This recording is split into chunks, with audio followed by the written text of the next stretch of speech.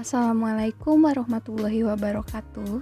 Perkenalkan, saya Yulia Yolanda, peserta Latsar CPNS Pemerintah Kota Bandung dengan Pusdikmin Lemdiklat Polri, kelompok 2 gelombang 10 tahun 2021. Kali ini saya akan membuat resume mengenai komitmen mutu.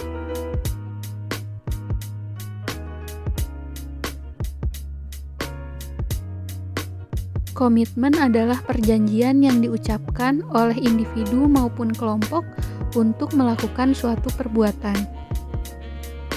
Mutu adalah ukuran standar kelayakan. Komitmen mutu adalah perbuatan dalam memberikan pelayanan terbaik kepada masyarakat yang bertujuan menciptakan kepuasan masyarakat. Kita harus dapat membedakan antara efektivitas, efisiensi, inovasi, dan juga mutu. Efektivitas menunjukkan tingkat ketercapaian target yang telah direncanakan, baik menyangkut jumlah maupun mutu hasil kerja. Efisiensi merupakan tingkat ketepatan realisasi penggunaan sumber daya dan bagaimana pekerjaan dilaksanakan, sehingga tidak terjadi pemborosan sumber daya, penyalahgunaan alokasi, penyimpangan prosedur, dan mekanisme yang keluar alur. Inovasi merupakan cara utama di mana suatu organisasi beradaptasi terhadap perubahan-perubahan di pasar, teknologi, dan persaingan. Kemudian mutu yang merupakan apapun yang menjadi kebutuhan dan keinginan konsumen, atau nihil cacat, kesempurnaan, dan kesesuaian terhadap persyaratan, atau kesesuaian terhadap spesifikasi. Ada beberapa alat pemastian mutu, yaitu standar pelayanan pelanggan, ganti rugi pelanggan, jaminan mutu, audit mutu, dan penanganan keluhan. Juga ombudsman.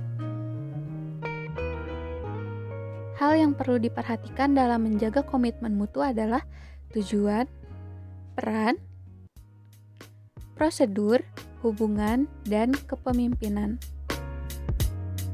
Nilai dasar orientasi mutu. Komitmen pada kepuasan pelanggan, cepat, tepat, dan ramah, melayani dengan hati, melindungi dan mengayomi, serta perbaikan berkelanjutan.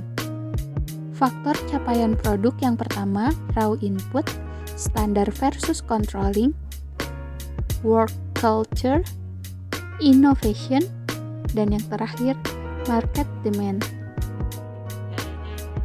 Dalam komitmen mutu, kita membicarakan tentang input, proses, dan output.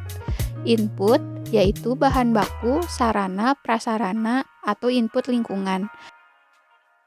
Pada tahap proses, kita membutuhkan pemimpin yang kuat dan memberdayakan, memberi motivasi, kemampuan, pendidikan, dan pelatihan. Tahap proses ini merupakan tanggung jawab bersama dan penilaian objektif, sehingga semua dapat bekerja secara optimal.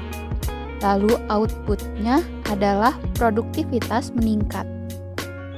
Upaya peningkatan produktivitas PNS sebagai aparatur penyelenggara pemerintahan dapat dilakukan melalui banyak cara, misalnya peningkatan kompetensi, motivasi, penegakan disiplin, serta pengawasan secara profesional untuk mengawal kinerja PNS agar tetap berada di jalur yang tepat, tidak melakukan penyimpangan.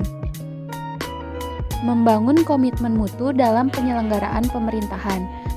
Pertama, mengobservasi, mengidentifikasi, dan mendeskripsikan fenomena empirik secara faktual terkait mutu kinerja aparatur dalam memberikan layanan kepada masyarakat. Yang kedua, memberikan penilaian objektif terkait tingkat tanggung jawab aparatur dalam memberikan layanan publik. Yang ketiga, mendeskripsikan tindakan kreatif yang dapat diwujudkan oleh aparatur dalam memberikan layanan kepada publik sesuai dengan tugas dan perannya masing-masing. Yang keempat, menganalisis kendala terkait belum terwujudnya kreativitas kerja aparatur dalam mewujudkan inovasi layanan yang berkomitmen terhadap mutu. Yang kelima, menganalisis faktor-faktor pendorong untuk meningkatkan kinerja aparatur yang kreatif, inovatif, dan komitmen terhadap mutu. Aktualisasi nilai-nilai dasar komitmen mutu. Yang pertama, adanya perubahan dari orientasi kepada peraturan menjadi orientasi kepada publik. Yang kedua, dari cara kerja ABS, rutinitas, dan asal-asalan menjadi orientasi kepada mutu, bekerja secara baik dan benar. Yang ketiga, dari sikap pasif menjadi sikap dinamis, proaktif, dan inovatif. Dan yang keempat, dari cara kerja individualis dan egosentris menjadi cara kerja tim sebagai satu kesatuan proses untuk melayani masyarakat. Sekian video resume saya hari ini. Terima kasih. Assalamualaikum warahmatullahi wabarakatuh.